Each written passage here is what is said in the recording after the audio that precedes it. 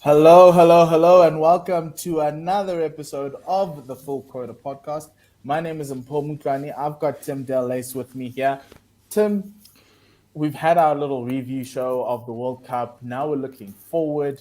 The Proteas are going to be playing in Australia, and we have a 4-day series that's happening now in South Africa. The great thing about it is that, and depending on the availability of the Proteas, I think there is no reason that some of the Proteas who are at the World Cup should not be playing in this tournament. And well, in the start of the CSA T20, and that no 4-day series, not T20. We passed that.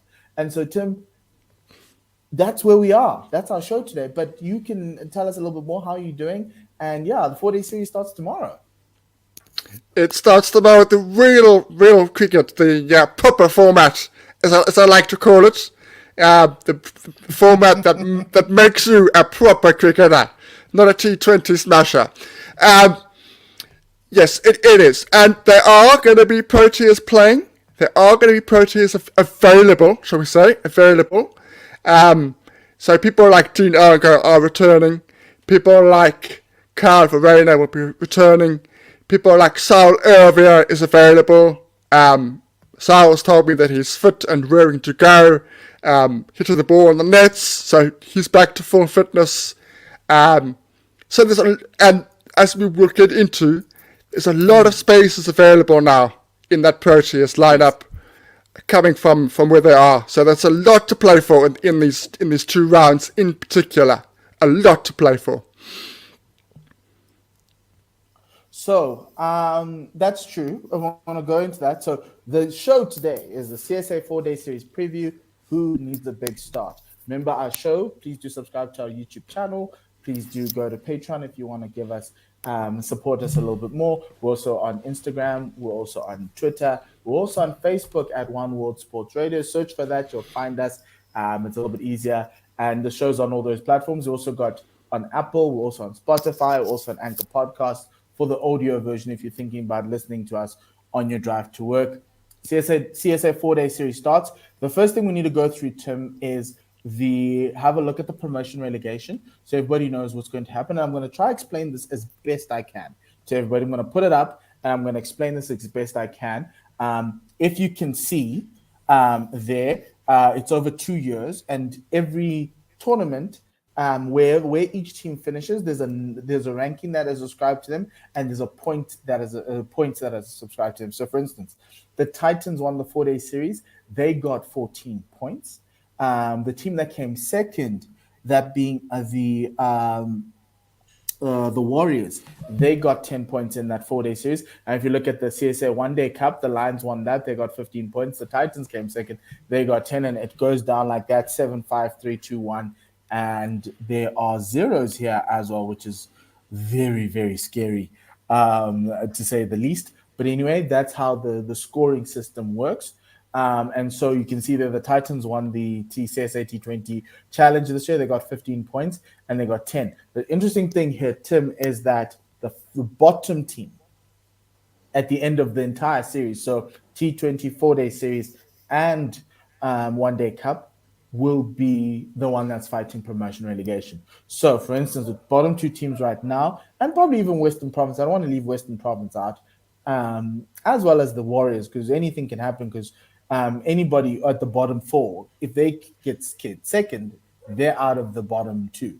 So it's big series for the Warriors, the Western Province, the Dragons, as well as the Knights. They need to find some sort of form, either in 1-day Cup or in the 4-day arena, in order to get them out. But this is what the standings look like right now. At the point in time, the team that is on the hotspot are the iTech Knights.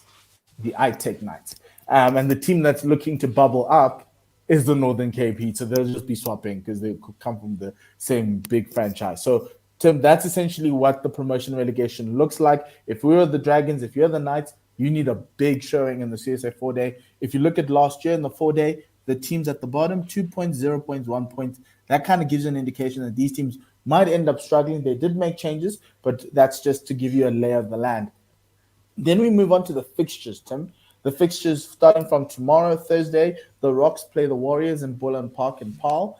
The Knights play the Northwest Dragons. in the Mangaung Oval, and the Titans play the Six Gun Western Province. It's an interesting one. That Knights Dragons match is really important in kind of, to those at the bottom. 2 points kind of helps, and this is kind of like, because everyone plays 7 games, right? So if the Knights have won over the Dragons, they could give themselves a chance at actually pushing the Dragons down into relegation, and so that's going to be quite interesting to see how that goes. But we've got cricket happening at Centurion, at the at Boland Park, so please go do check it out. But that's not what we're here today to talk about. What we're here today to talk about is that there's two 4-day series windows, 4-day series games that lead up to the Australia departure, the squad announcement, and the team moving forward. When I look at the current Proteas side, there's a couple of holes that could be filled. Not from a bowling perspective. I think Kagiso Lungi and picked themselves. Marco Janssen's there. Keshav Maharaj, the spinner's there. We're kind of settled there. It's 1-6. The opening position, Sardo's now fit and ready to go, as you said earlier on. So that's fine, but who's going to be backup? Is Aiden going to be backup? Is he not? Is somebody wanting to put their hand up? That's the first part. So there's an opener slot there. That middle order is really interesting. Obviously, Timber comes back, but Aiden technically was dropped, but he found form, whatever it is. You've got Kyle Verreynne, he's in the worst form of his life, I would assume. But obviously he's having a great year. He's actually the last guy to score a century for the Proteas. That's the interesting thing about all of this, Tim, is it's really weird. But it is, because he's like, you're like, that's not a test batsman right now, but he scored 100. And he's the last guy to score 100, and that was New Zealand, and that was like in February. So we have all of this, and obviously that middle order, you've Kaya Zondo, you've got the Ryan Rickletons in there who need to get chances, but it's an opportunity for somebody to put their hand up. And this is why I will hand over to you, Tim. Who's the first name you have on your list of the guys who need to have a big start? These are 2 games. You need to score a double 100. You need to score a big 100. You need to score 100 under pressure in order for the selectors to be like, maybe you should come through. But who is that first name? It's the man who moved into number 4 last season. The man who made that 200 that you talked about. He made it last season. Now he's got to make it again. He's got to make big runs. Janneman Malan. That South African middle order is begging for some stability, some strength in that middle order. Janneman Malan is potentially that guy. He can't start slowly. He's got to have runs in these first 2 rounds. Get runs in these first 2 rounds, and I said you're on that plane to Australia. I said you're on that plane to Australia. Come what may, it's done. And then it'll be up to the selectors whether they pick you. But Janneman Malan has done everything. He said that he's seen a spot available in the middle order. He's moved to number 4. He scored runs. Now he's going to back that up. If he backs that up, then he deserves to be in the Proteas squad. But Tim, not a lot of people want Janneman Malan in the side. They think that his opportunity at 4, take out that 200 that he scored last year. His average drops down to like the mid-30s. Many people actually asking for his brother to be called up into the side. Why do you want Janneman Malan as a makeshift 4, because that's what it is, in the side as a 4? A lot of people just don't like him. I get it. I get it, because people need to realize the difference between Malan in the formats that he plays. So I don't see him playing the way that he plays white ball cricket, transferring it into the red ball. It didn't happen in last season. Last season he was getting out good deliveries by and large. Last season he wasn't playing outside that 5th stump channel and flashing at deliveries when he was playing 4-day stuff. He was generally getting out sort of LBW, caught behind to balls that were on the stumps. I think he's got the game. I think he's got the all-round package. And I think he also has that package with when, if South Africa are in trouble, he has that ability to put the attack back onto the bowlers. Now, people will say, well, what about Markram? We've tried the Markram solution. It hasn't worked. What? We haven't worked. There was that handy innings at the Oval. But he should never have played that series. He's not a test match. He's not a test match cricketer. He may have been. Where do you put his potential? Because he's good. He's like Vian. To me, he's like Vian Mulder. He's got potential, but he hasn't executed at that level. He hasn't brought it. So, where do you put that? It's not that he does have the potential. It's that mental ability. He doesn't seem to have. People tell me that he has the mental ability. People tell me that he is a calm and assured individual. And he comes across that when you hear him on the press conferences. He comes across as a confident man. He comes across as if he knows what he needs to do. But when he goes and he takes that scratch at the crease, he does not give me the confidence that he knows which way to play a certain innings. He's caught in two minds. And you can't be caught in two minds in Test cricket. You can't. You can't afford that. Okay, so now we know who Tim does not want to captain South Africa going forward. What a massive indictment. Look, when I look at Janneman Malan, I'm like, okay, he's got talent. He's there. His domestic numbers, although you can say that they're mixed with List A numbers, do kind of flatter the situation. But last season, he really did well at number 4 for Paul. Are there other guys that we need to look at? Possibly. But is there anybody putting up their hand up? Not so much. And obviously Zubair Hamza's suspension is coming to an end, but it's not going to end in time for Australia. So there's a window that's opened up for in that spot. Obviously, you're going to have to try Kaya first and maybe Ryan Rickleton, but there is a bit of a spot opening up. And the other question is Rassie fit enough to actually play?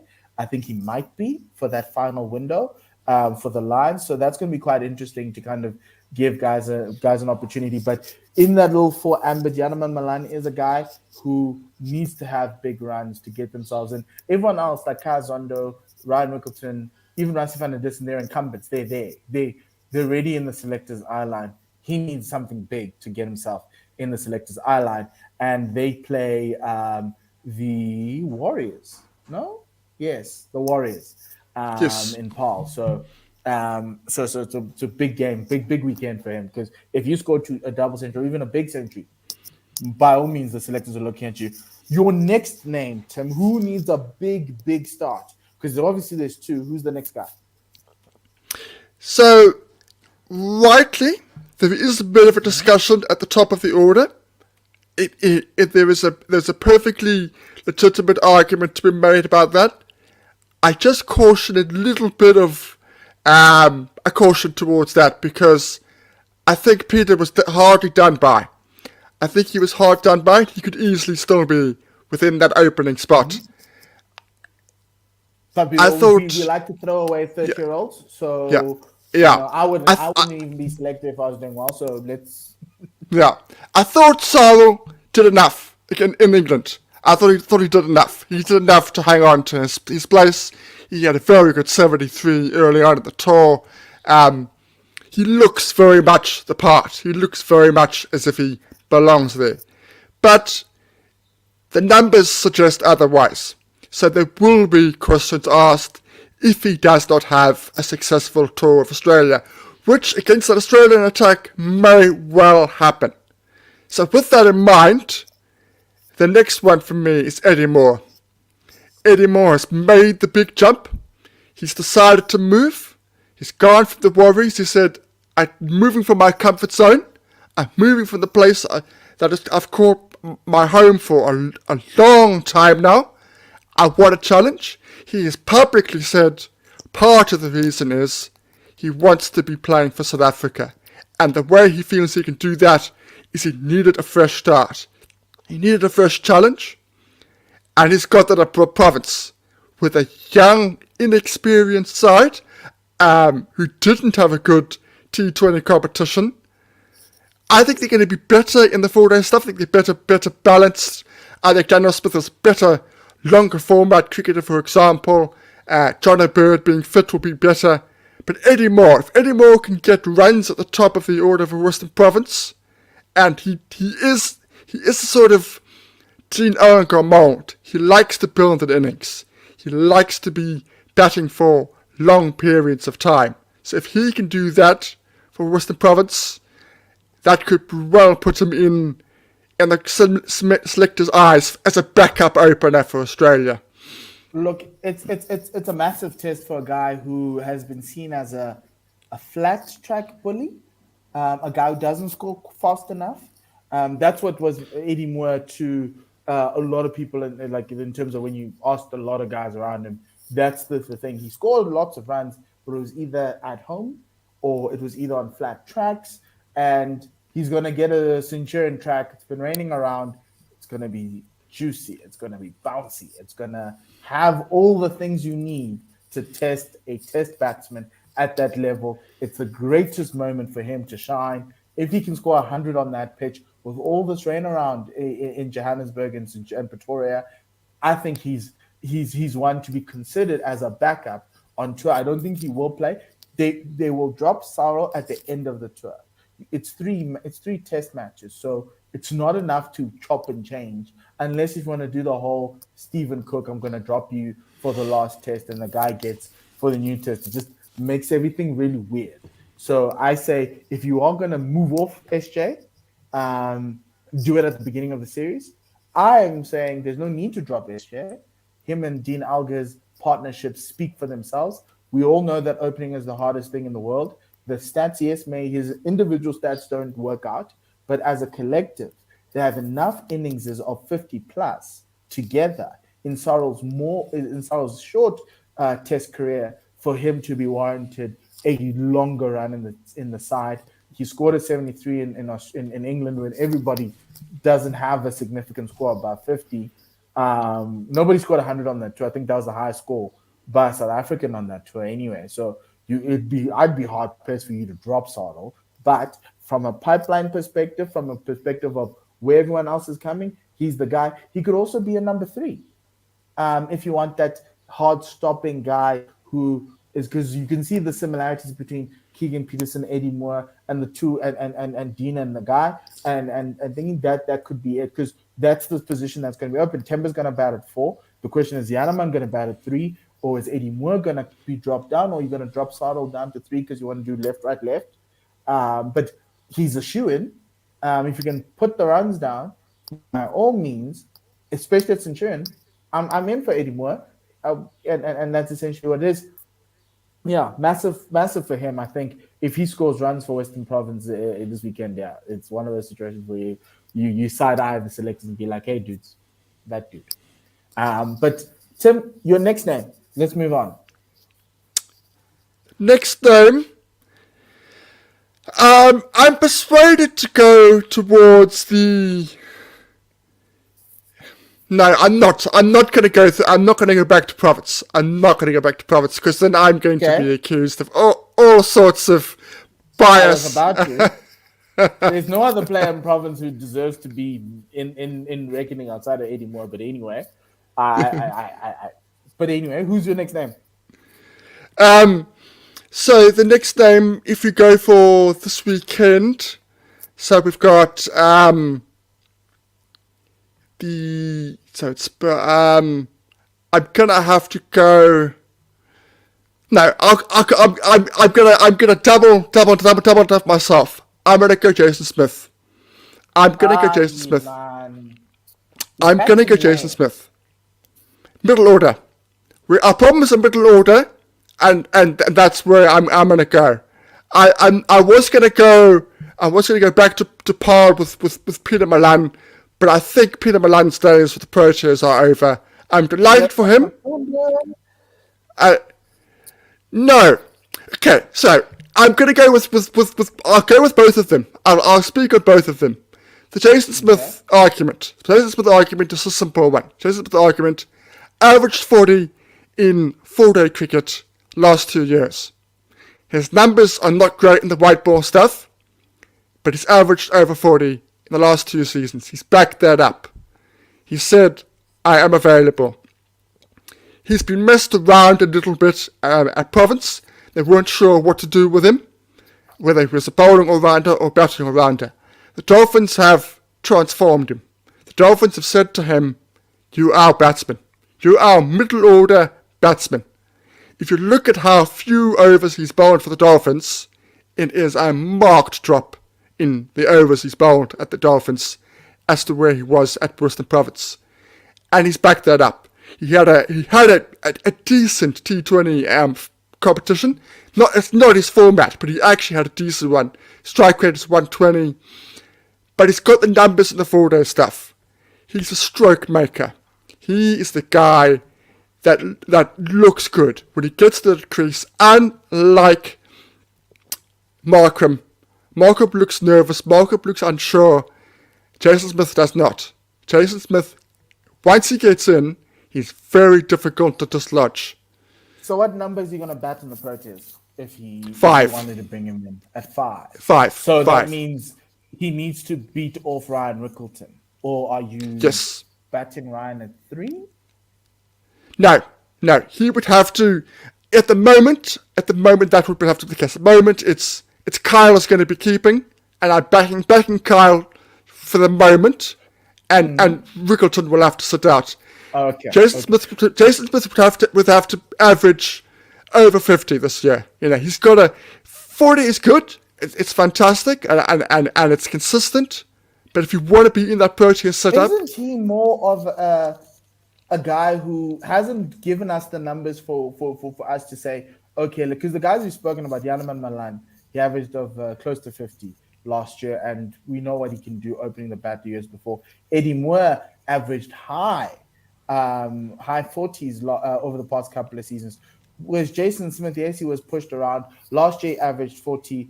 Is he not one of those guys where you're saying he can start with a bang, not Australia, but maybe next year going into the World Test Championship if he concludes the season well?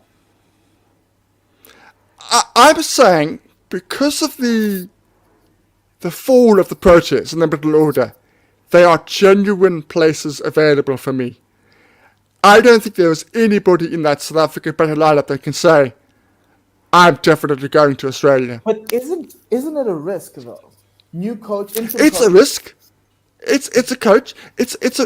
I'm not saying it's not a risk. It is a risk. It is a risk. But we are looking at guys. I'm deliberately picking guys that are outside of the picture. I'm doing that deliberately. I could go on about the Kyles. I could go on about the guys that are the incumbents that are struggling. We spoke a little bit about Markram, but I'm trying to give a picture of the guys that are outside the system. That maybe Australia is maybe a tad soon, but I'm saying it's a possibility. If you get somebody sweeping clean, and exactly, you're like, okay, yeah.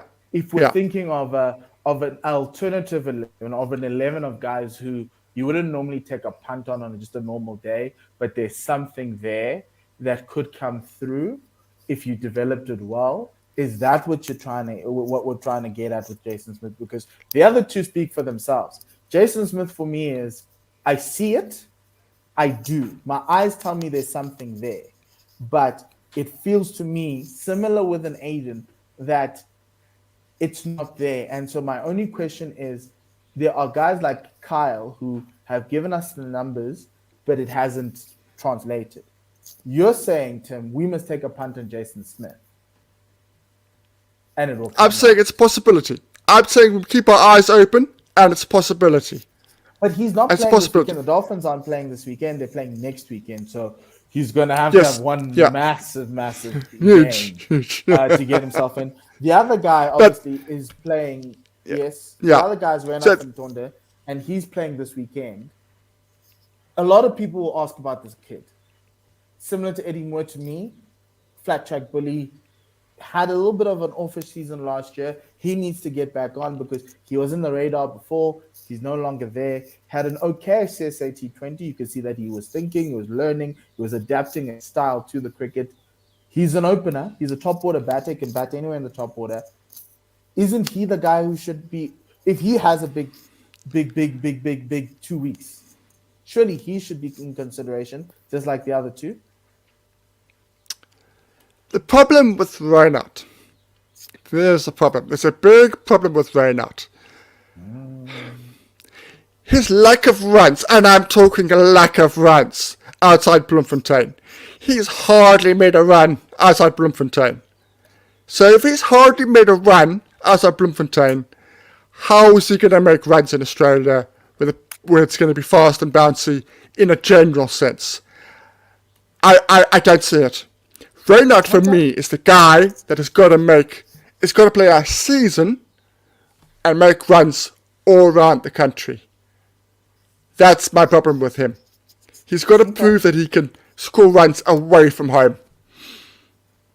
Okay, so if I'm the director of cricket, I'm going to Raynard and telling him this thing.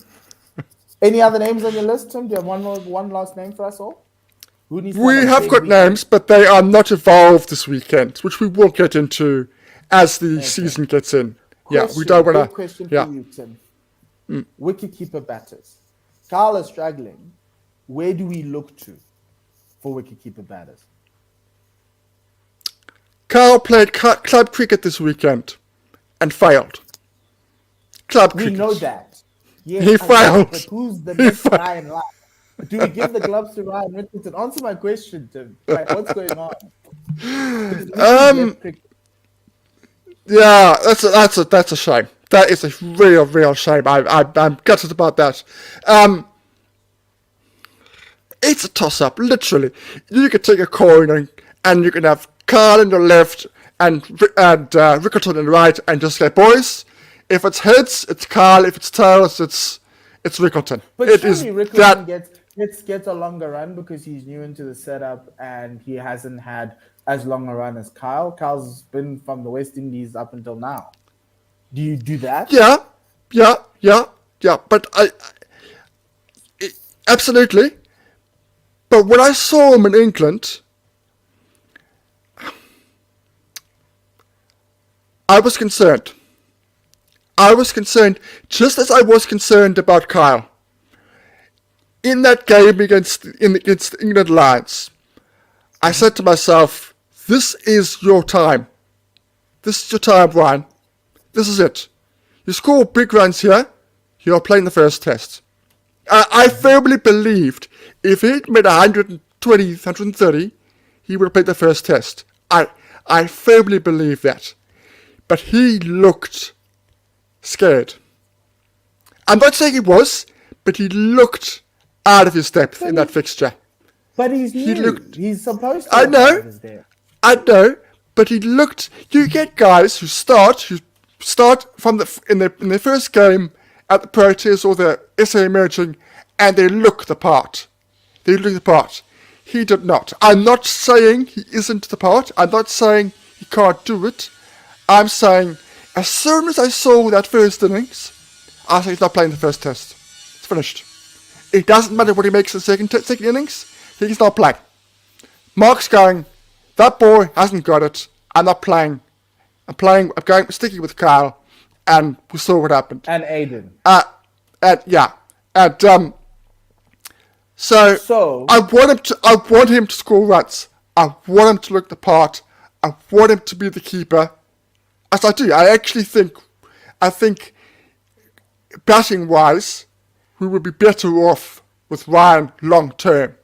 I genuinely think that is probably true. We don't know for sure, but it's probably true. I'm trying to go through the other teams, trying to figure out who their wicketkeeper batters are, to figure out whether they can stake a claim now in the series. Who's the wicketkeeper batter for the Dolphins? But they're not playing this weekend, so that doesn't matter. They're not playing this weekend, but Rudolfsson. Yes. He bats a proper 5 chance. for them, yeah. Proper chance. Proper ability. And we've had him on the podcast as well to just talk about the fact that he wants to keep as well. So, yeah. Who's the wicketkeeper batter at the Titans? Is it Clausen? Who keeps wicket for 4 days for the Titans? It's wild. It's Okay, we'll find out not, soon enough. Yeah. I can't think. I thought it was Final Classic, but I might be wrong. Because Gian Kluter's left. Yeah, he's left. It's sort of weird. We'll find out. But yeah. It's not good podcasting. We do apologize. It's the question I had. I was like, who's the wicketkeeper? Even who's your Western Province wicketkeeper? Is it? Well, it's Kyle and Daniel Smith. Okay. I think Daniel Smith is wasted there myself. I know he can do it. He does it perfectly fine. But yeah, no, not long term for me. Obviously, the Rocks would have Clyde Fortain. He could be a shoo-in if he has 2 good games. Clyde is more white ball. I'm yet to be convinced of the red ball. I'd love to be convinced, but the white ball, I was very impressed. And obviously, you got Ntamba Tleshile as well, but he has not had the best 2 years. And yeah, you saw it in the CSA T20, even with him being just dropped down the order and being, it felt like they were hiding him. And they just needed a gloveman, and they just were hiding him down the order. But look, it wouldn't surprise me. Here's the thing. It wouldn't surprise me if Tleshile made a backdoor entrance. If. Remember last year when Kazanda scored that 200 in the first 2 weeks of the series? Just like Janneman Malan scored the 100, double 100 in the first game, Kaz scored a double 100 in the second week. If Tleshile can do that in one of the 2 games, keeping wickets, with Mali as a coach, his former coach, I wouldn't be surprised in the fact that also he's black. It kind of makes sense. Wouldn't be surprised for guys to be like, this kid always had the talent. He still does. Talent doesn't go away. It's the application. If he does apply himself, there is a backdoor for Ntamba. Massive backdoor, because Kyle's not. Because remember, 2 years ago, we're sitting here doing these podcasts and we're doing Kyle's Ntamba. Ntamba fell off the mountain. Kyle just kept on chugging along. But then you're like, Kyle's not cutting it. Maybe Tleshile could do it for the Warriors. Massive game for him this weekend. And last year the Warriors came second. I can't actually get my head around that, but because I can't see them finishing second this year. But if they do, they had a late surge. If they do, it'll be. It may well have to do with Casilas coming back to form. They don't have John Smats. They've got obviously Diego Rosier there, who can also keep wicket. He went on an Australia tour. I remember the last time I went to Australia, he was the guy.